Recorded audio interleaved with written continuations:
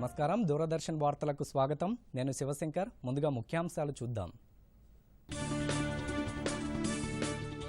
మంత్రులు, జిల్లాల కలెక్టర్లతో సీఎం కేసీఆర్ భేటీ. కోవిడ్ వ్యాక్సినేషన్, పాఠశాలల పునఃప్రారంభం, ధరణి వెబ్ పోర్టల్ నిర్వహణ వంటి అంశాలు చర్చకు వచ్చే అవకాశం. సాయంత్రం అన్ని రాష్ట్రాలు, కేంద్రపాలిత ప్రాంతాల సీఎంలతో ప్రధాని వీడియో కాన్ఫరెన్స్. 16న దేశవ్యాప్తంగా నిర్వహించే కోవిడ్ వ్యాక్సినేషన్ ఏర్పాట్లపై దిశానిర్దేశం చేయనున్న ప్రధాని మోదీ. హైదరాబాద్లో 1000 కోట్ల పెట్టుబడులకు అమెరికా సంస్థ మాస్ మ్యూచువల్ ఆసక్తి. అభివృద్ధి చూసే అంతర్జాతీయ సంస్థలు పెట్టుబడులు పెడుతున్నాయని మంత్రి కేటీఆర్ హర్షం. బొగ్గు గనుల కేటాయింపులకు సింగిల్ విండో క్లియరెన్స్ విధానాన్ని ప్రారంభించిన కేంద్ర హోంమంత్రి. అవినీతికి తావు లేకుండా గనుల కేటాయింపు జరుగుతుందన్న అమిత్ షా. కరోనా వ్యాప్తి పట్ల ప్రజలు అప్రమత్తంగా ఉండాలి. విధిగా మాస్క్ ధరించాలి. ఇతరులతో మాట్లాడేటప్పుడు కనీసం 6 అడుగుల భౌతిక దూరం పాటించాలి. తరచూ చేతులను శుభ్రంగా కడుక్కోవడం, వైద్యులు సూచించిన విధంగా ముందస్తు జాగ్రత్త చర్యలు పాటించడం ద్వారా కరోనాను నిరోధించవచ్చు. ఇక వార్తల్లోని వివరాలు. రాష్ట్రంలో కొనసాగుతున్న విధానాలు, పథకాలు, కార్యక్రమాల పురోగతిపై ముఖ్యమంత్రి కేసీఆర్ ఉన్నత స్థాయి సమావేశం నిర్వహించారు. ఈ సమావేశంలో కలెక్టర్లతో వివిధ అంశాలపై చర్చించి రెవెన్యూ, పంచాయతీరాజ్, పురపాలక, వైద్య ఆరోగ్య, విద్య, అటవీ శాఖలకు సంబంధించి కీలక నిర్ణయాలు తీసుకునే అవకాశం ఉంది. ప్రగతి భవన్లో జరుగుతున్న ఈ సమావేశంలో అన్ని శాఖల మంత్రులు, ఉన్నతాధికారులు, కలెక్టర్లు పాల్గొన్నారు. దేశవ్యాప్తంగా కరోనా టీకా కార్యక్రమం ఈ నెల 16 నుంచి ప్రారంభిస్తామని కేంద్ర ప్రభుత్వం ఇప్పటికే ప్రకటించిన నేపథ్యంలో టీకాల నిల్వ, వినియోగం, 16 నుంచి చేపట్టనున్న కార్యాచరణ ప్రణాళిక, అన్ని రకాల జాగ్రత్త చర్యలపై చర్చిస్తున్నారు. కోవిడ్ కారణంగా చదువులకు ఆటంకాలు ఏర్పడుతున్న తరుణంలో విద్యార్థుల భవిష్యత్తు నేపథ్యంలో విద్యా సంస్థలను నడపాలా వద్దా, నడిపితే ఎలాంటి విధానం అనుసరించాలి, ఇతర రాష్ట్రాలు ఏం చేస్తున్నాయి అనే దానిపై చర్చించి నిర్ణయం తీసుకుంటారు. ఇక రాష్ట్రంలో వ్యవసాయేతర, వ్యవసాయ ఆస్తుల రికార్డుల నమోదుతో పాటు ధరణి వెబ్ పోర్టల్ నిర్వహణపై సీఎం చర్చించనున్నట్టు తెలుస్తోంది. పెండింగ్ మ్యూటేషన్లు, సాదా బైనామాల క్రమబద్ధీకరణ, ట్రిబ్యునళ్ల ఏర్పాటు, పార్ట్ బిలో చేర్చిన అంశాలకు సంబంధించిన అంశాలపై స్పష్టత వచ్చే అవకాశం ఉంది. దేశవ్యాప్తంగా ఈ నెల 16న టీకాల పంపిణీ ప్రారంభం కానుంది. రాష్ట్రంలో అదే రోజున 139 కేంద్రాలలో వ్యాక్సినేషన్ చేయనున్నారు. వీటిలో ప్రైవేటు ఆసుపత్రుల్లో 40, ప్రభుత్వ ఆసుపత్రుల్లో 99 కేంద్రాలు ఉన్నాయి. తొలి రోజు మొత్తం కేంద్రాల్లో జీహెచ్ఎంసీ పరిధిలోనివే ఎక్కువ కావడం విశేషం. ఈ నెల 16న ప్రధాని నరేంద్ర మోదీ సికింద్రాబాద్లోని గాంధీ ఆసుపత్రి, రంగారెడ్డి జిల్లా నార్సింగిలోని గ్రామీణ ఆరోగ్య కేంద్రంలోని వైద్య సిబ్బందితో వీడియో కాన్ఫరెన్స్ ద్వారా నేరుగా మాట్లాడనున్నారు. ఈ మేరకు అధికారులు ఏర్పాట్లు చేస్తున్నారు. 17వ తేదీన టీకాల పంపిణీకి సెలవు కావడంతో 18న మళ్లీ ప్రక్రియ మొదలవుతుంది. 18వ తేదీ నుంచి రాష్ట్ర వ్యాప్తంగా 1200 ఆసుపత్రుల్లో 1400 కేంద్రాల ద్వారా టీకాలు అందజేయనున్నారు. గాంధీ, ఉస్మానియా, ఎంజీఎం, వరంగల్ తదితర పెద్ద ఆసుపత్రుల్లో 1 కంటే ఎక్కువగా అంటే సుమారు 4 వరకు కేంద్రాలు పెంచుతారు. ప్రైవేటు ఆసుపత్రుల్లో 170 కేంద్రాలు ఉంటాయని వైద్య వర్గాలు తెలిపాయి.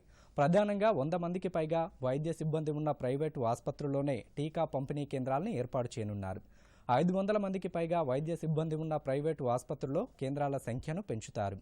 ఇక ఫిబ్రవరి 1 తర్వాత ఇతర కోవిడ్ యోధులకు టీకా ఇవ్వనున్నట్టు వైద్య ఆరోగ్య శాఖ వెల్లడించింది. కోవిడ్ వ్యాక్సినేషన్ నేపథ్యంలో ప్రజలు ఆధార్తో మొబైల్ నెంబర్ను జత చేసుకోవాలని కేంద్ర ప్రభుత్వం సూచించింది.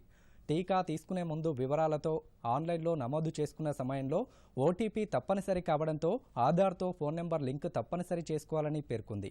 వ్యాక్సినేషన్లో పారదర్శకతకు పెద్దపీట వేయడంతో ఆధార్, మొబైల్ సీడ్ ఉపయోగపడుతుందని కేంద్రం అభిప్రాయపడింది. మరోవైపు దేశంలో కోవిడ్ వ్యాప్తి పరిస్థితులు, సెకండ్ వేరియంట్ ప్రభావం, వ్యాక్సినేషన్కు చేస్తున్న ఏర్పాట్లు తదితర అంశాలపై ప్రధానమంత్రి నరేంద్ర మోదీ ఈరోజు అన్ని రాష్ట్రాలు, కేంద్రపాలిత ప్రాంతాల ముఖ్యమంత్రులతో చర్చించనున్నారు. ఈ వీడియో కాన్ఫరెన్స్లో ప్రధాని వివిధ రాష్ట్రాల్లో కోవిడ్ డ్రై రన్ నిర్వహించిన తీరు, వ్యాక్సిన్ అందుబాటులోకి రాగానే ఏ విధంగా పంపిణీ చేస్తారో తెలుసుకోనున్నారు. కోవిడ్ వ్యాక్సిన్ అత్యవసరంగా వాడేందుకు ఇప్పటికే ప్రభుత్వ సంస్థల నుంచి గ్రీన్ సిగ్నల్ వచ్చిన నేపథ్యంలో కోవిడ్ పోరాటంలో ముందున్న వైద్య ఆరోగ్య సిబ్బంది, పోలీసులు తదితరులకు వ్యాక్సినేషన్ ప్రక్రియపై ఈ సమావేశంలో కూలంకషంగా చర్చించే అవకాశం ఉంది. ఈ నెల 16న వ్యాక్సినేషన్ ఇవ్వనున్నట్టు కేంద్ర ప్రభుత్వం స్పష్టం చేసిన నేపథ్యంలో అందుకు సంబంధించిన పూర్తి వివరాలు సైతం ప్రధాని ముఖ్యమంత్రులతో పంచుకోవచ్చని సమాచారం. హైదరాబాద్కు పెట్టుబడులు వెల్లువలా వస్తున్నాయి. తాజాగా మరో అంతర్జాతీయ సంస్థ హైదరాబాద్లో 1000 కోట్ల పెట్టుబడులు పెట్టేందుకు ఆసక్తి కనబర్చింది. అమెరికా వెలుపల తొలిసారిగా 1000 కోట్ల పెట్టుబడి పెడుతున్నట్టు మాస్ మ్యూచువల్ సంస్థ వెల్లడించింది. హైదరాబాద్లో గ్లోబల్ క్యాపబిలిటీ సెంటర్ను ఏర్పాటు చేస్తున్నట్టు ప్రకటించింది. మాస్ మ్యూచువల్ నిర్ణయం పట్ల మంత్రి కె తారక రామారావు హర్షం వ్యక్తం చేశారు. హైదరాబాద్లో జరుగుతున్న అభివృద్ధిని చూసే అంతర్జాతీయ సంస్థలు పెట్టుబడులు పెట్టేందుకు ఆసక్తి కనబరుస్తున్నాయని కేటీఆర్ పేర్కొన్నారు.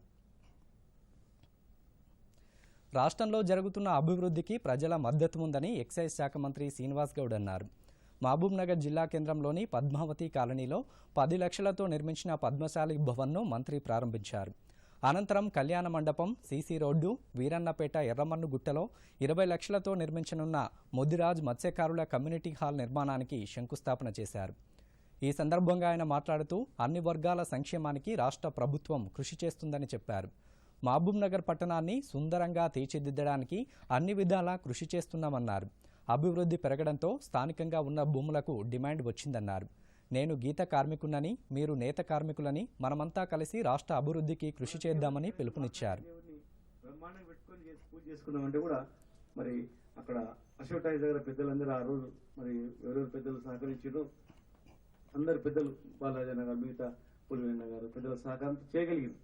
కానీ కొత్తగా మళ్ళీ మనం ప్రభుత్వంలో భాగం కానీ మనం ఏం చేయలేకపోయాం. ఈరోజు మరి 42 కాదు దాదాపు 50-20 కుల సంఘాలకు కంటిన్యూగా ఇస్తూ వస్తున్నాం. నిన్న మనం కూడా చాలా మందికి ఇచ్చుకుంటూ వచ్చినాం. పెళ్లిళ్ళకు కావాలి, ఫంక్షన్ హాల్లకు కావాలి అని చెప్పి అందరికి ఇస్తూ మరి పద్మశాలి సంఘం ఇచ్చినప్పుడు జాందా సంఘం వాళ్ళు వచ్చింది. మాకు కూడా కావాలి సార్, మాది కూడా చేనేత అనుబంధమే మంచిదని వాళ్ళకు కూడా 15 లక్షల రూపాయలు సార్. ఇంతో అంత పద్మశాలలో పెద్ద పెద్దలు డబ్బులు ఉంది సార్, మరి మరీ బీదోళ్ళు ఎట్లా అంటే వాళ్ళకు కూడా డబ్బులు ఇచ్చి 20 లక్షల రూపాయలు 15 లక్షలు ఇచ్చి 20 లక్షలు ఇచ్చి వాళ్ళకు కూడా 1 ఎకరా ల్యాండ్ వాళ్ళకు కూడా కేటాయించి, కొంచెం దూరం ఉంటుంది, ఎకరా ల్యాండ్ కేటాయించి చేయడం జరిగింది. ఎవరెవరికి ఎంత అవకాశం వస్తే మా దగ్గర చేయడానికి అంత అవకాశాన్ని ఖచ్చితంగా ఇస్తాం. భగవంతం అద్భుతమైనటువంటి మహబూబ్నగర్ అంటేనే ఇక్కడనే ఉందాం, బా హైదరాబాద్ ఎందుకు పోదాం, వీడనే ఉందాం అనేటప్పుడు ఇప్పుడే చేసిన ఇంకా ఫ్యూచర్లో. ఉద్యోగుల సమస్యల పరిష్కారానికి సీఎస్ సోమేష్ కుమార్ అధ్యక్షతన ఏర్పాటైన త్రిసభ్య కమిటీ సీఎం కేసీఆర్తో భేటీ కానుంది. ఉద్యోగులకు వేతన సవరణ, పదవీ విరమణ వయస్సు పెంపు, పదోన్నతులు, కారుణ్య నియామకాలు, పదవీ విరమణ ప్రయోజనాలు అందించడం వంటి అంశాలపై ఆయనకు నివేదించనున్నట్టు తెలుస్తోంది. ఏపీలోని తెలంగాణ ఉద్యోగులను రాష్ట్రానికి రప్పించేందుకు చేపట్టిన చర్యల పురోగతిని వివరించనున్నారు. పీఆర్సీపై అధ్యయనం, ఉద్యోగ ఉపాధ్యాయ సంఘాలతో సమావేశాల తేదీలు తదితర అంశాలపై ఈ సందర్భంగా స్పష్టత వచ్చే అవకాశం ఉంది. రాష్ట్రంలో 2021-22 ఆర్థిక సంవత్సరం బడ్జెట్ సమావేశాలపై సీఎం, మంత్రులు, కలెక్టర్ల సమావేశంలో చర్చించి తేదీలు ఖరారు చేసే వీలున్నట్టు సమాచారం. రాష్ట్రంలో కోవిడ్ ప్రభావంతో పలు ప్రాంతాలను గత కొన్ని నెలలుగా రెడ్ జోన్లుగా ప్రకటించిన ప్రభుత్వం ఇటీవలి కాలంలో కేసులు తగ్గుముఖం పట్టడంతో రెడ్ జోన్లు తొలగిస్తున్నట్టు ప్రకటించింది. ఏదైనా ప్రాంతంలో 4-5 కరోనా కేసులు నమోదైతే ఆ ప్రాంతం 1 కిలోమీటర్ వరకు రెడ్ జోన్ లేదా కంటైన్మెంట్ జోన్లుగా ప్రకటించేవారు. గడిచిన వారం 10 రోజుల్లో కేసుల సంఖ్య గణనీయంగా తగ్గడం, ఒకే చోట ఎక్కువ స్థాయి కేసులు లేకపోవడంతో ప్రభుత్వం రెడ్ జోన్లు తొలగిస్తున్నట్టు ప్రకటించింది. సంక్రాంతి పండుగకు ఊరెళ్లే వారికి పోలీస్ శాఖ కొన్ని జాగ్రత్తలు సూచించింది. ఊరెళ్లేటప్పుడు బయట నుంచి తాళం వేయకుండా సెంట్రల్ లాక్ చేస్తే దొంగతనాలు జరిగే అవకాశం ఉండదని తెలిపింది. ఒకవేళ సెంట్రల్ లాక్ సిస్టమ్ లేనివారు తాము ఊరెళ్తున్నట్టు ఇంటి పక్క వారికి సమీప పోలీస్ స్టేషన్కు తెలియజేయాలని సూచించింది. ఊరెళ్తున్నట్టు సోషల్ మీడియాలో పోస్టులు చేయడం, టికెట్తో బస్ ఎక్కి ఫోటోలు వాట్సాప్ స్టేషన్లో పోస్టు చేయడం వంటివి చేయకూడదని స్పష్టం చేసింది. సంక్రాంతి సమయంలో తాళాలు వేసిన ఇళ్లనే లక్ష్యంగా చేసుకుని దొంగలు రెచ్చిపోతున్న నేపథ్యంలో పోలీస్ శాఖ ఈ సూచనలు పాటించాలని పేర్కొంది. బొగ్గు గనుల కేటాయింపునకు సింగిల్ విండో క్లియరెన్స్ పోర్టల్ను కేంద్ర హోంమంత్రి అమిత్ షా ప్రారంభించారు. అనంతరం ఆయన మాట్లాడుతూ సింగిల్ విండో పద్ధతిలో కేటాయింపులు ఆన్లైన్లో జరగడం వల్ల అవినీతికి తావు లేకుండా పారదర్శకతకు పెద్దపీట వేసినట్టవుతుందని అన్నారు.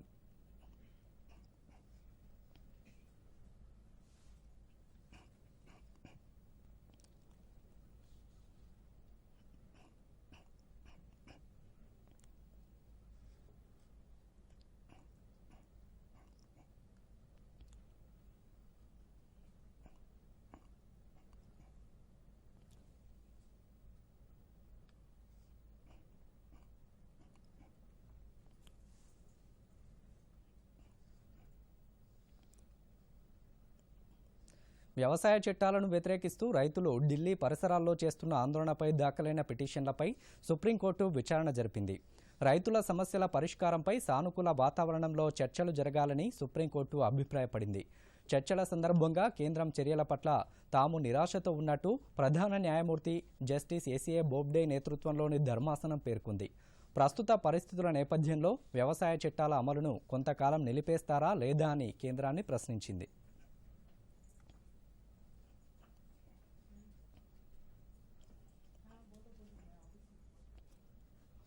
అన్ని రంగాల్లోనూ దూసుకుపోతున్న భారతీయ మహిళలు వైమానిక రంగంలోనూ తమదైన ముద్ర వేస్తున్నారు.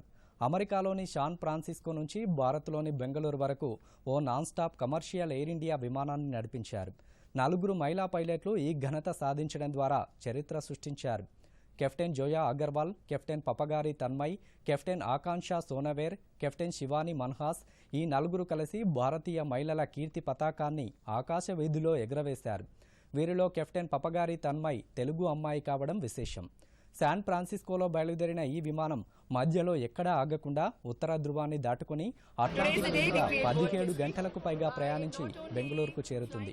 AI-176 నెంబర్ గల ఈ ఎయిర్ ఇండియా విమానం స్థానిక కాలమానం ప్రకారం అమెరికాలో శనివారం రాత్రి 8 గంటల 30 నిమిషాలకు బయలుదేరి సోమవారం తెల్లవారుజామున 4 గంటల సమయంలో బెంగళూరుకు చేరుకుంది. పౌర విమానయాన శాఖ మంత్రి హర్దీప్ సింగ్ పూరి కాక్పిట్లోని 4 మహిళా పైలట్లను అభినందించారు. కరోనా ముప్పు పూర్తిగా తొలగిపోలేదని, ప్రజలంతా ఇంకా అప్రమత్తంగా ఉండాల్సిన అవసరం ఎంతైనా ఉందని మహబూబ్నగర్ జిల్లా ప్రభుత్వ ప్రధాన ఆసుపత్రి సూపరింటెండెంట్ డాక్టర్ రామకిషన్ వెల్లడించారు. ఆయన దూరదర్శన్ ప్రతినిధితో ప్రత్యేకంగా మాట్లాడుతూ చలిగాలుల ప్రభావంతో కరోనా వ్యాధి విస్తరించే అవకాశం ఉందని ప్రజలందరూ తగిన జాగ్రత్తలు తీసుకోవాలని సూచించారు. తప్పనిసరిగా మాస్కు ధరించడంతో పాటు సామాజిక దూరం పాటించడం, ఎప్పటికప్పుడు చేతులు శుభ్రపరచుకోవడం వంటివి చేయాలని తెలిపారు. కరోనాకు టీకా వచ్చిందని ప్రజలు నిర్లక్ష్యం వహించడం మంచిది కాదన్నారు. కరోనా సోకిన వారికి ప్రభుత్వ ఆసుపత్రిలో కార్పొరేట్ స్థాయి వైద్యాన్ని ఉచితంగానే అందిస్తున్నామని తెలిపారు. వైద్యం అందిస్తున్నాము. అయితే ప్రస్తుతం ఈ వ్యాధి తగ్గింది అనుకుంటున్న సమయంలో, వ్యాధి తీవ్రత తగ్గిందన్న సమయంలో, కేసులు తగ్గిన సమయంలో, లాక్డౌన్ తీసేసిన సమయంలో ప్రపంచవ్యాప్తంగా ముఖ్యంగా యూరోప్ దేశాల్లో, ఐరోపా దేశాల్లో మళ్ళీ రోగుల సంఖ్య పెరుగుతున్నది. కాబట్టి మన దగ్గర కూడా, మన పాలమూరు దవాఖానలో కూడా, అంటే మన పాలమూరు జిల్లా, పాత పాలమూరు జిల్లాలో కూడా పెరిగే అవకాశాలు పుష్కలంగా ఉన్నాయని చెప్పి నేను భావిస్తున్నాను. ఎందుకు అంటే ఇది చలికాలం, చాలామంది పూజలు ఇలాంటివి చేస్తుంటారు. మన పాలమూరు జిల్లాలో జాతరలు ఎక్కువ నిర్వహించే సాంప్రదాయం ఉంది. అదే ఇలాంటి జనము ఎక్కువ కూడే అవకాశాలు ఎక్కువ ఉన్నాయి. కాబట్టి ఈ సందర్భంగా మనము రెండవసారి కరోనా మన మీద పంజా విసరకుండా జాగ్రత్తలు తీసుకోవాల్సిన అవసరం ఉన్నది. ఈ సందర్భంగా ఒక విషయం నేను మళ్ళీ గుర్తు చేస్తున్నాను. బెస్ట్ వ్యాక్సిన్, కరోనాకి మంచి మందు ఏదన్నా ఉంది అనుకుంటే అది భౌతిక దూరాన్ని పాటించడము. భౌతిక దూరం అంటే 3 అడుగుల నుంచి, అంటే ఇప్పుడు చెప్తున్నారు శాస్త్రంలో 6 అడుగులు, 6 అడుగుల నుంచి అంతకంటే ఎక్కువ దూరం మనం భౌతిక దూరాన్ని పాటించడమే అసలైన మందు. వార్తలు ముగించే ముందు ముఖ్యాంశాలు మరోసారి. దూరదర్శన్ యాదగిరి వార్తలను ఇప్పుడు సోషల్ మీడియాలో కూడా చూడవచ్చు. యూట్యూబ్ అయితే డిడి న్యూస్ తెలంగాణ, ట్విట్టర్ వేదికగా DD news Telangana @DD Yadagiri news, Facebook అయితే డిడి న్యూస్ తెలంగాణలో సబ్స్క్రైబ్ చేసి లైక్ చేయండి, షేర్ చేయండి. మంత్రులు, జిల్లాల కలెక్టర్లతో సీఎం కేసీఆర్ భేటీ, కోవిడ్ వ్యాక్సినేషన్, పాఠశాలల పునఃప్రారంభం, ధరణి వెబ్ పోర్టల్ నిర్వహణ వంటి అంశాలు చర్చకు వచ్చే అవకాశం. సాయంత్రం అన్ని రాష్ట్రాలు, కేంద్రపాలిత ప్రాంతాల సీఎంలతో ప్రధాని వీడియో కాన్ఫరెన్స్. 16న దేశవ్యాప్తంగా నిర్వహించే కోవిడ్ వ్యాక్సినేషన్ ఏర్పాట్లపై దిశానిర్దేశం చేయనున్న ప్రధాని మోదీ. హైదరాబాద్లో 1000 కోట్ల పెట్టుబడులకు అమెరికా సంస్థ మాస్ మ్యూచువల్ ఆసక్తి. అభివృద్ధి చూసే అంతర్జాతీయ సంస్థలు పెట్టుబడులు పెడుతున్నాయని మంత్రి కేటీఆర్ హర్షం. బొగ్గు గనుల కేటాయింపులకు సింగిల్ విండో క్లియరెన్స్ విధానాన్ని ప్రారంభించిన కేంద్ర హోంమంత్రి. అవినీతికి తావు లేకుండా గనుల కేటాయింపు జరుగుతుందన్న అమిత్ షా.